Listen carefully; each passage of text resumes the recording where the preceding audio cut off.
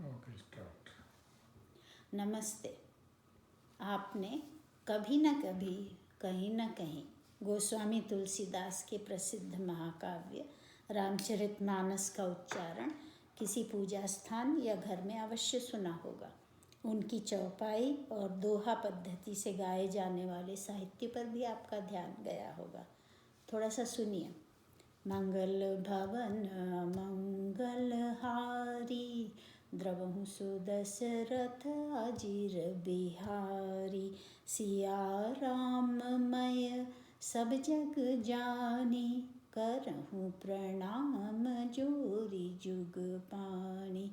मेरे तुम प्रभु गुरु पितु माता, जाऊँ कहाँ सुनो जल जग त्राता।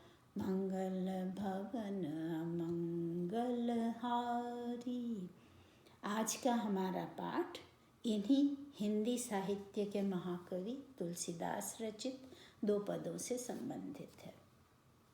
आइए पहले कवि के विषय में कुछ जानकारी हासिल करते हैं। उनका जन्म राजापुर बांदा उत्तर प्रदेश में हुलसी एवं आत्माराम दुबे के घर 1543 में हुआ।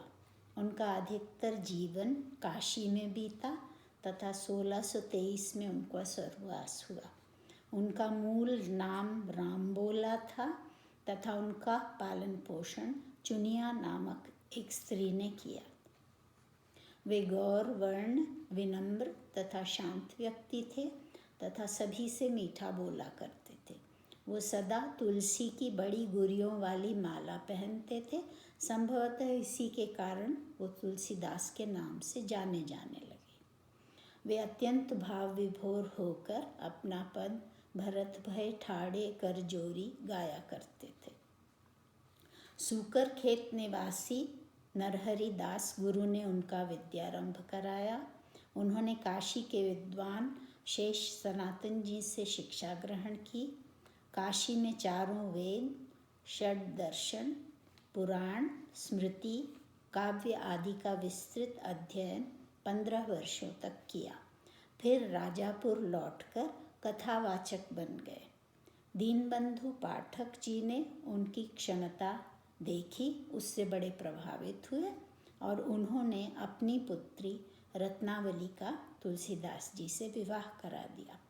वो अपनी पत्नी से बहुत प्यार करते थे, इसलिए लोग उनको फटकारते थे। इससे दुखी होकर उन्होंने गृहस्थ जीवन को छोड़ दिया। इसके बाद उन्होंने चित्रकूट, मथुरा, वृंदावन, कुरुक्षेत्र, हरिद्वार, बद्रीनाथ, रामेश्वर आदि अनेक स्थानों की तीर्थ यात्राएं करी। इसी बीच अब्दुल रहीम खानखाना, महाराजा मानसिंह, नाभादास, मधुसूदन सरस्वती, टोडरमल आदि महानुभावों से के साथ मित्रता स्थापित की। उनकी रचनाओं की सूची बहुत लंबी है। रामलला नेहछु, वैराग्य संदीपनी, बरवई रामायण, पार्वती मंगल, जानकी मंगल, रामाज्ञा प्रश्न, दोहावली, कवितावली, गीतावली, श्री कृष्ण गीतावली, रामचरितमानस, विनय पत्रिका उनकी कृतियां हैं। इसके अतिरिक्त 44 छंदों की अनुमान बाहुक को भी कवितावली का ही एक अंश माना जाता है। इस प्रकार इनकी 13 रचनाएं मानी जाती हैं। इनके अलावा कुछ और रचनाएं भी बताई जाती हैं। कुल 12 या 13 रचनाओं की वास्तविकता संशय रहित है, यानी पक्का है।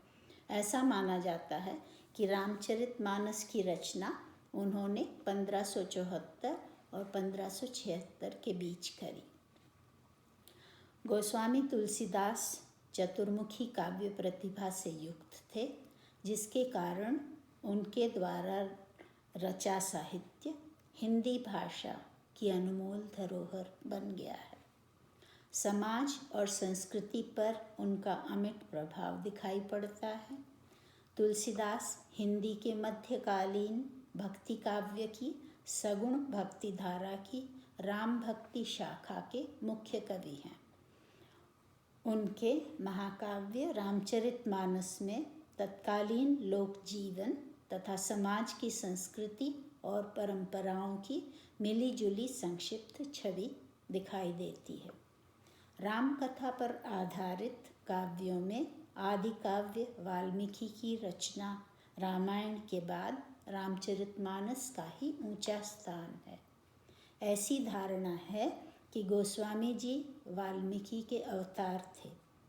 कलि कुटिल जीव निस्तार हित वाल्मीक तुलसी भयो, अर्थात कलयुग के टेढ़े मनुष्यों के उद्धार के लिए ही वाल्मीकि ने तुलसी का रूप लिया।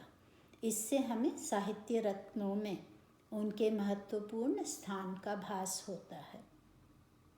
गोस्वामी तुलसीदास का जीवन बड़ी पीड़ा और मुसीबतों में बीता। बालावस्था में अनाथ हो जाने पर वे साधुओं की संगति में जगह जगह घूमने लगे। स्वामी रामानंद के शिष्य परंपरा के उनके गुरु ने उनकी शिक्षा दीक्षा का प्रबंध किया। तत्पश्चात वे कथावाचन से अपना जीवन यापन करने लगे। रत्नावली से विवाह के कुछ समय बाद ही गृहस्थ जीवन छोड़कर उन्होंने साधु जीवन अपना लिया।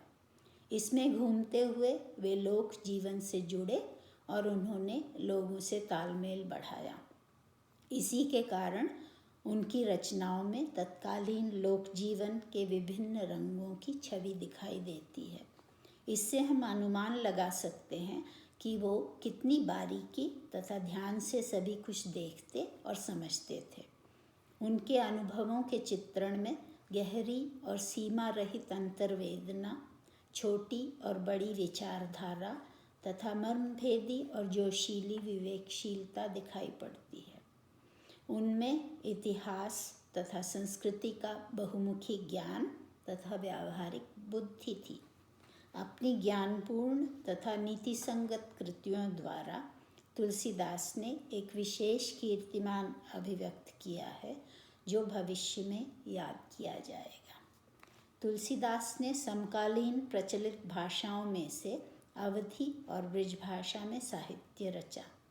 अधिकतर छंद में बंधी रचना के लिए अवधी और गीति काव्य के लिए ब्रज भाषा।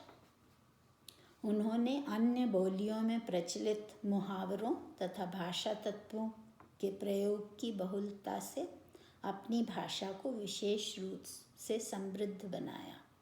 उनकी भाषा में सरलता से संवाद संभव थे, अतः उनकी भाषा भविष्य की भाषा के लिए नींव सिद्ध हुई। तत्कालीन विभिन्न काव्य शैलियों का प्रयोग करते समय भी उन्होंने अपने लोक जीवन का ज्ञान, सहिष्णुता और तीव्र बुद्धि को दर्शाया। प्रबंध और गीति शैलियों में उन्होंने क्रमशः रामचरितमानस और विनय पत्रिका को लिखा। दोहा, सोरठा, चौपाई, कवित्त आदि छंदों के साथ साथ उन्होंने तत्कालीन सभी शास्त्रीय और लोक छंदों और शैलियों में लिखा। वे तत्कालीन रीति रिवाजों तथा लोक प्रचलित व्यवहार से भली भांति परिचित थे और यही कारण है कि विवाह, सोहर आदि विभिन्न प्रसंगों पर गाए जाने वाले काव्य को उन्होंने गीति शैलियों में बांधकर रचा। इस प्रकार अलग अलग काव्य रूपों द्वारा उन्होंने राम तथा उनकी कथा के प्रति लोगों में प्रेम और भक्ति उत्पन्न की। यद्यपि वे एक भक्त कवि थे, फिर भी उन्होंने लोकनायक का पद पाया। हिंदी भाषा लोगों के मानस पर उनकी अमिट छाप आज भी विद्यमान है। आइए अब पहला पद देखते हैं।